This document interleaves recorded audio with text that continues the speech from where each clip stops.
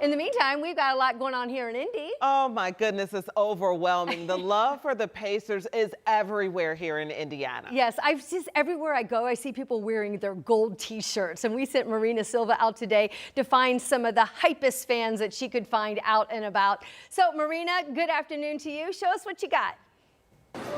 Hello, good afternoon, Anne Marie and Felicia. The hype is real out here in Indy, and how could it not be with that buzzer beater of a game last night? So we've been downtown all day, and I will say it started out a little slow. A lot of people are exhausted from that game last night. I mean, what a game. Now, if you're anywhere in central Indiana, you're seeing that navy and gold, and they're repping it proud. Even small businesses are getting in on the Pacers action, from iconic moments to the Pacer logo to just showing off our basketball state.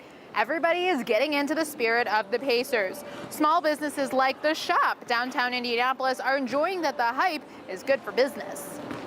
So the sales have been booming since the Pacers have been doing good in the finals, especially with Tyrese making all these amazing hits. We made like a t-shirt for Overrated whenever he did the choke sign. It's just been exciting since they've been doing so well. Now the hype is only going to get bigger with 2 home games. Games 3 and 4 will be here in Indy. Now, as far as that watch party, tickets were on sale this morning. That's already sold out for Sunday. Now, coming up at 5, hear from another Pacer fan who stayed up last night watching the game and what his reaction was like. Back to you guys. All right, thanks so much, Marina. Yeah, I think 4 hours after those tickets went on sale today, I thought, well, that might be fun. I want to go down there and get some. That was ridiculous. They were sold out, so it's like back to the couch cheering on at the TV at home. Well, a song that celebrates the Pacers right now and their Yesers slogan just released this week, and the timing was perfect. It dropped us in time for the NBA Finals. Yes, Danville, Indiana native Josh Chalfant stopped by the station today to perform his acoustic rap. Listen. Yes, sir's out here doing her thing. Yes, sir. I'm proud to represent a city where the passion meets the gritty and the blue collar flows to the streets. And this here is my Ooh, proud to represent a city where the passion meets the gritty.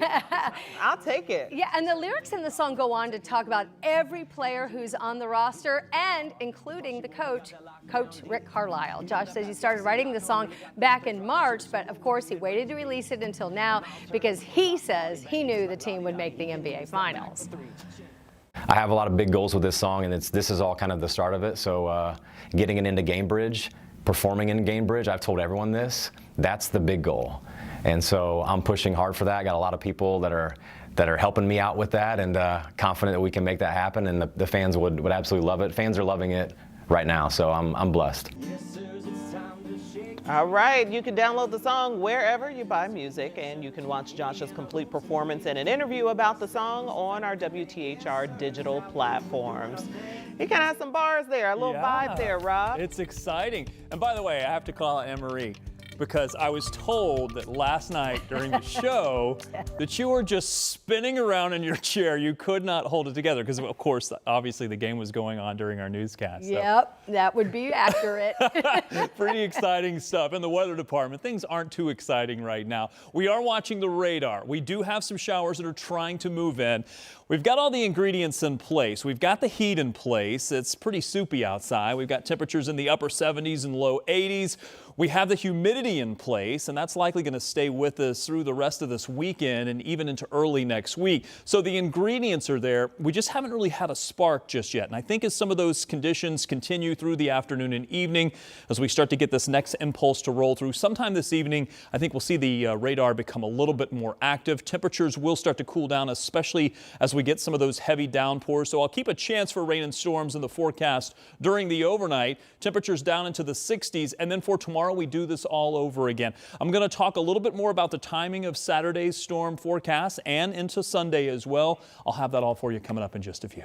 All right, Rob, thanks. We'll check back. Indiana Congressman Andre Carson wants answers after reports say the federal government is looking at Camp Atterbury to house ICE detainees. This week, Representative Carson sent a letter to the Department of Homeland Security Secretary, and in that letter, he had several questions about this issue. Our Emily Longnecker spoke with the congressman today about his concerns, and she joins us now live in studio. Emily, what did you learn? Well, ladies, Congressman Carson's letter notes that historically, Camp Atterbury has been used as a training base for the Indiana National Guard and a vital part of Indiana's military infrastructure. Carson, who's a senior member of the House Intelligence Committee, said using Camp Atterbury raises concerns about military readiness.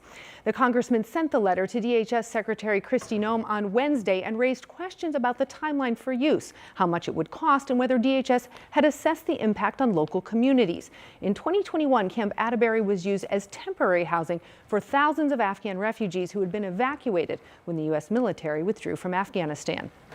I think what's different is in 2021, we had folks coming from war-torn areas under the dreadful rule of the Taliban, under so-called religious rule, where women and children were abused, mistreated, sex trafficked in the midst of a heavy drug operation.